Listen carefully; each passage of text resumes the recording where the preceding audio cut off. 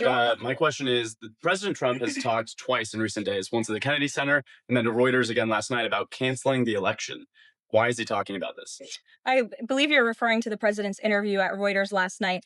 I was in that interview. It was a closed door interview. Obviously, there was not audio or video. The president was simply joking. He was saying, "We're doing such a great job. We're doing everything the American people thought. Maybe we should just keep rolling." But he was speaking facetiously. This is a forensic analysis of the constitutional stability of the United States. On January 15, 2026, the White House press office attempted to dismiss a direct threat to the American democratic process as a joke. We will examine the claim. We will examine the evidence. We will examine the law. We will hold the individuals involved accountable to the facts. The following is a prosecutorial examination of the statements made by the executive branch. Donald Trump has made the claim that his recent statements regarding the cancellation of the United States election were a joke. This is a lie. This is a documented falsehood intended to minimize the severity of a direct verbal assault on the constitutional order. Karoline Leavitt confirmed that Donald Trump has spoken twice in recent days about the cancellation of the election. These comments occurred at the Kennedy Center and during an interview with Reuters. Karoline Leavitt characterized these statements as facetious. The evidence from the official record contradicts this characterization.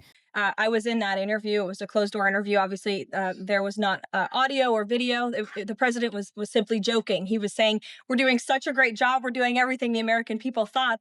Maybe we should just keep rolling." But he was speaking facetiously. When a sitting president of the United States repeatedly discusses the suspension of the democratic process, it is not a joke. It is a statement of intent that must be measured against the legal and procedural powers of the presidency. The specific lie was articulated by Karoline Leavitt during a press briefing at the White House. When asked by a member of the media why Donald Trump was talking about canceling the election, Karoline Leavitt responded that the president was simply joking. Karoline Leavitt stated that Donald Trump was saying that the administration is doing such a great job that maybe they should just keep rolling. Karoline Leavitt explicitly used the word facetiously to describe the tone of Donald Trump. This claim by Karoline Leavitt is a lie because it attempts to redefine a threat to the electoral process as a lighthearted remark about performance. Donald Trump is the speaker of the original threat. Karoline Leavitt is the authority attempting to sanitize that threat for public consumption. The forensic evidence is found in the transcript of the briefing. Karoline Leavitt admits that Donald Trump discussed canceling the election twice. This shows a pattern of speech. It was not a single offhand remark. The first instance was at the Kennedy Center. The second instance was a closed-door interview with Reuters. Karoline Leavitt was present for the Reuters interview. Karoline Leavitt noted that there was no audio or video recording of that specific interview. This lack of recording allows the administration to provide a subjective interpretation of the president's tone. However, the context of the briefing provides evidence of a broader disregard for institutional norms. In the same briefing, Karoline Leavitt highlighted the economic formula of Donald Trump. This formula includes tariffs, trade deals, and tax cuts. Karoline Leavitt cited the CPI report to claim that Donald Trump has defeated the inflation crisis of Joe Biden. The sources show that since Donald Trump took office, core CPI has increased at a 2.4% annualized rate. This is compared to the 3.3% annual rate inherited from Joe Biden. Tuesday's CPI report marked the latest confirmation that President Trump has defeated Joe Biden's inflation crisis. Since President Trump took office, core CPI has increased at just a 2.4% annualized rate, substantially lower than the 3.3% annual rate inherited from the Biden administration last January. Karoline Leavitt used these economic figures to justify the idea that Donald Trump should keep rolling without an election. The evidence also includes the drill baby drill agenda. Karoline Leavitt cited Gas Buddy data showing gas prices below $3 in 43 states. She stated that gas prices were at or below $2.50 per gallon in 17 states. Thanks to President Trump's drill baby drill agenda. According to Gas Buddy, the average price for regular gas on Monday was below $3 per gallon in 43 states, below $2.75 per gallon in 30 states, and at or below $2.50 per gallon in 17 states. These numbers were used to build a narrative of presidential success. This narrative is then used to frame the discussion of canceling elections as a reward for performance. Caroline Leavitt also cited the National Association of Realtors report. She stated existing home sales rose in December to their fastest pace in 3 years. She mentioned that Donald Trump directed Fannie and Freddie to purchase $200 billion in mortgage bonds. To further improve housing affordability, President Trump has recently announced and directed Fannie and Freddie to purchase $200 billion worth of mortgage bonds. As a result of these actions, mortgage rates have fallen to their lowest level in years. The sources provide forensic evidence of the administration's healthcare agenda. This is called the Great Healthcare Plan. It has 4 pillars. The first pillar is lowering prescription drug prices by codifying the most favored nation initiatives. This plan was discussed as a historic move by Donald Trump. The second pillar involves stopping subsidy payments to insurance companies. Instead, the money would go to Americans through health savings accounts. Caroline Leavitt stated this would save taxpayers $36 billion. Number 2, the Great Healthcare Plan will stop sending big insurance companies billions in extra taxpayer-funded subsidy payments and instead send that money directly to eligible Americans to allow them to buy the health insurance of their choice. Additionally, by funding a cost-sharing reduction program for healthcare plans and ending kickbacks from pharmacy benefit managers to large brokerage middlemen. The third pillar is price transparency for any provider accepting Medicare or Medicaid. The fourth pillar is requiring insurance companies to publish coverage comparisons in plain English. Caroline Leavitt argued that these popular policies justify the continued power of Donald Trump. The evidence further includes the administration's stance on law enforcement and the Insurrection Act. Caroline Leavitt confirmed that Donald Trump posted on Truth Social about invoking the Insurrection Act. This post was directed at elected officials who Donald Trump claims are encouraging violence. Caroline Leavitt stated that the Insurrection Act is a tool at the disposal of Donald Trump. She specifically targeted Tim Walz. Caroline Leavitt accused Tim Walz of holding local law enforcement hostage. She claimed that Tim Walz is preventing cooperation with federal authorities like ICE. Federal authorities wanting to work with their counterparts at the state and local level. And it's truly shameful that now for more than a year, you've had elected Democrat governors and mayors who have basically held their state and local law enforcement hostage and told them, you cannot cooperate with federal law enforcement. Why?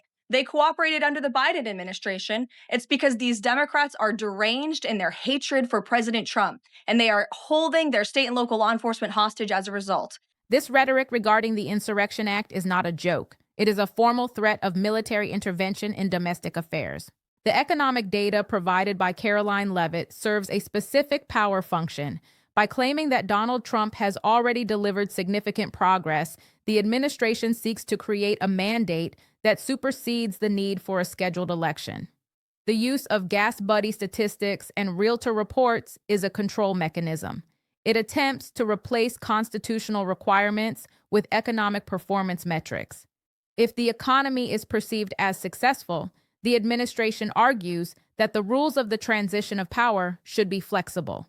This is an attempt to exert power over the Democratic schedule. The discussion of the Great Healthcare Plan is another control piece. Caroline Leavitt stated that Donald Trump wants to empower young people and newlyweds through housing initiatives. By framing the administration as the sole provider of the American dream, they attempt to make the presence of Donald Trump in the White House seem essential. This creates a psychological dependency on a single leader. The website greathealthcare.gov is part of this institutional control. It centralizes the healthcare narrative under the direct branding of Donald Trump. The analysis of the Insurrection Act shows a more aggressive form of control. Caroline Leavitt argued that Democrat governors and mayors are deranged. She specifically named Tim Walz. By dehumanizing political opposition, the administration prepares the public for the use of emergency powers. The threat to use the Insurrection Act is an attempt to control state-level officials like Tim Walz.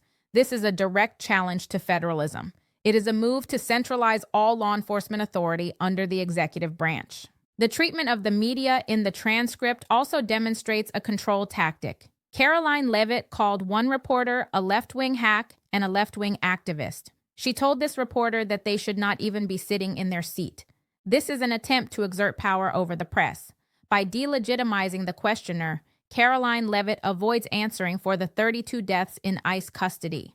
She avoids answering for the 170 United States citizens detained by ICE. She avoids answering for the death of Renee Good. Renee Good was killed by an ICE agent. Instead of addressing the accountability for the death of Renee Good, the administration attacks the person asking the question. This is a tactic of diversion and dominance. The strongest defense argument presented by the administration is the claim of humor. Karoline Leavitt argued that the president was speaking facetiously. She claimed that the context of the conversation was about the success of the administration. The defense is that a joke cannot be a threat. However, this defense is dismantled by the legal reality of the office. The President of the United States does not have the legal authority to joke about the suspension of the Constitution. The sources show that Donald Trump has already threatened to use the Insurrection Act. This demonstrates that he is willing to use extreme legal tools to achieve his goals. The defense of humor is also dismantled by the frequency of the comments. Karoline Leavitt admitted there were 2 instances of these comments. Legal intent is often established through repetitive actions or statements.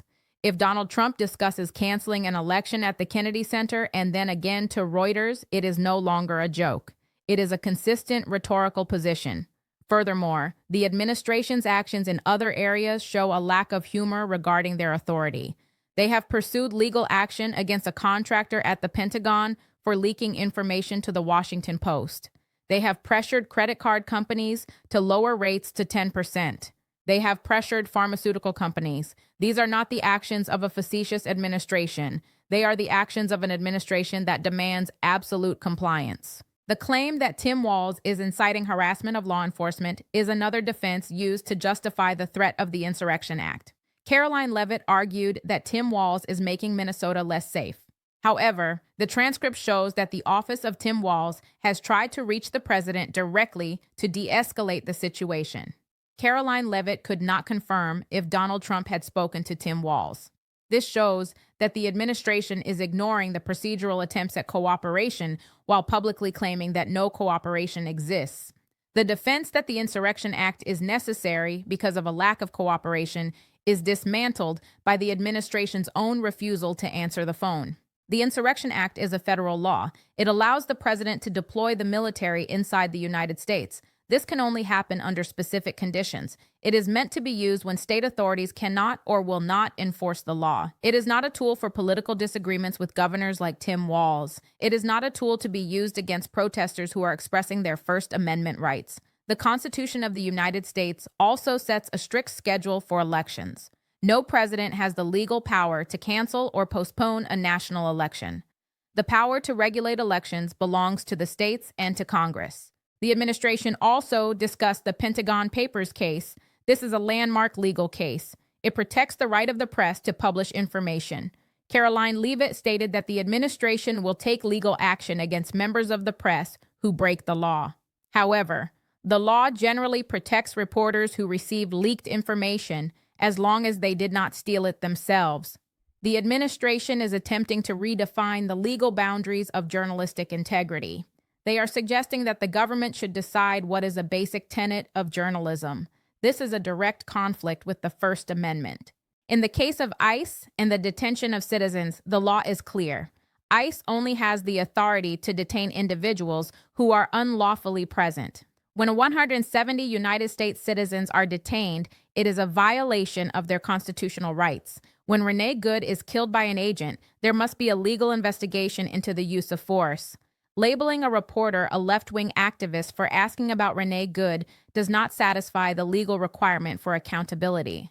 The professional judgment based on these facts is that the administration is demonstrating a lack of fitness for the office. A president who jokes about canceling elections is a president who does not respect the democratic process. A press secretary who defends these statements as facetious is a press secretary who is failing in their duty to provide accurate information to the public.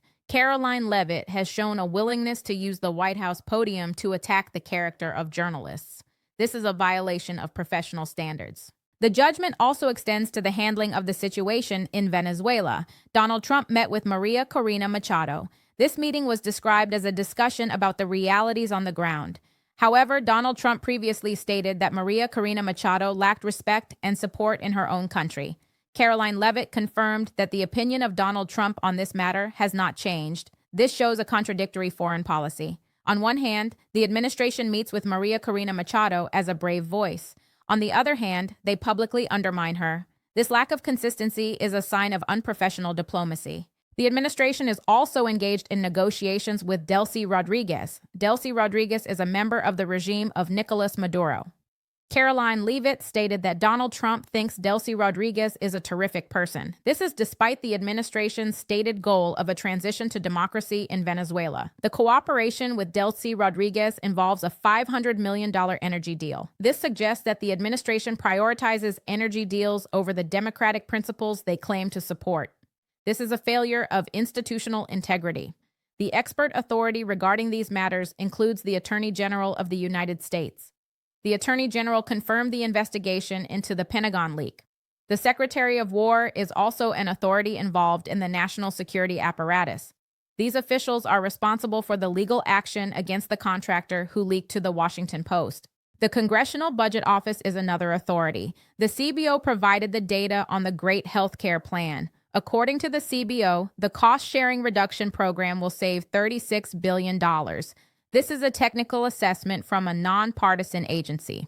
However, the administration uses this technical data to bolster its political control. In the housing sector, the National Association of Realtors provided the data on home sales. This is a professional organization with expertise in the real estate market. The administration also relies on the expertise of the Office of Science and Technology. Karoline Leavitt stated she would consult with them regarding the AI bot from Elon Musk. Elon Musk and his company XAI are under scrutiny for the manipulation of images. This involves the Take It Down Act. The First Lady has supported this act. The administration also references foreign authorities. This includes Benjamin Netanyahu. Donald Trump spoke with Benjamin Netanyahu regarding potential strikes. Benjamin Netanyahu is the Prime Minister of Israel. The administration also monitors the Iranian regime. They communicated that there would be grave consequences if the killing continued. This is a high-level diplomatic communication. Institutional accountability is currently being tested. The Department of Justice is conducting an investigation into the Pentagon leak. This is a procedural step to protect classified information. However, the DOJ must also be held accountable for how it treats the members of the press. The FBI looked into the home of a reporter. This is a significant move that requires judicial oversight. The courts must ensure that the Fourth Amendment is not violated in the pursuit of leakers. Congress has a role in accountability as well. Karoline Leavitt mentioned that the Great Healthcare Plan needs to be codified into law. Congress must decide if these pillars are in the best interest of the American people. Elizabeth Warren has been in contact with Donald Trump regarding credit card interest rates. Elizabeth Warren is a senator who can push for legislative fixes. This is how the system of checks and balances is supposed to work.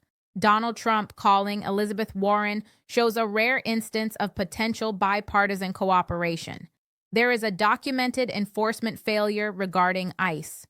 The death of Renee Good and the detention of citizens show a lack of proper training and oversight. The administration's response to these failures is to attack the media. This is an institutional failure of the executive branch. They are choosing to protect the agency rather than the rights of the citizens. The courts will likely have to intervene in the cases of the 170 detained citizens. The accountability for the statements about canceling elections lies with the public and the electoral system.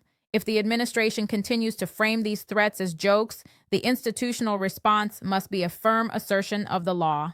The courts have the power to enjoin the use of the Insurrection Act if it is used unlawfully. The House and Senate have the power to investigate the rhetoric coming from the White House. The procedural consequences of these actions are clear. First, the investigation into the Pentagon contractor will proceed through the federal court system. This will involve the presentation of evidence and a legal determination of guilt or innocence.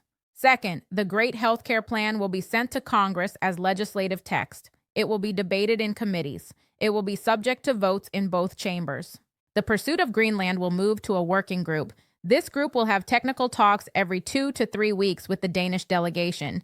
This is a formal diplomatic process. It does not guarantee an acquisition. It only guarantees a series of meetings. The presence of Jeff Landry as a special envoy is a procedural appointment. Jeff Landry will be part of these ongoing conversations. Regarding the Federal Reserve, Donald Trump is in a decision-making phase. He will select a new leader in the next couple of weeks. Rick Reeder was mentioned as an individual of interest. This selection will require Senate confirmation. This is a constitutional procedure that the administration cannot bypass. The Supreme Court will rule on the case involving sex-based rights. This will set a legal precedent for the entire country. Riley Gaines attended the arguments for this case. Karoline Leavitt stated that the administration has already taken action against states that do not follow executive orders on this issue. The Supreme Court ruling will determine if those actions are constitutional. If the court rules in favor of the states, the administration's current policies will be procedurally voided.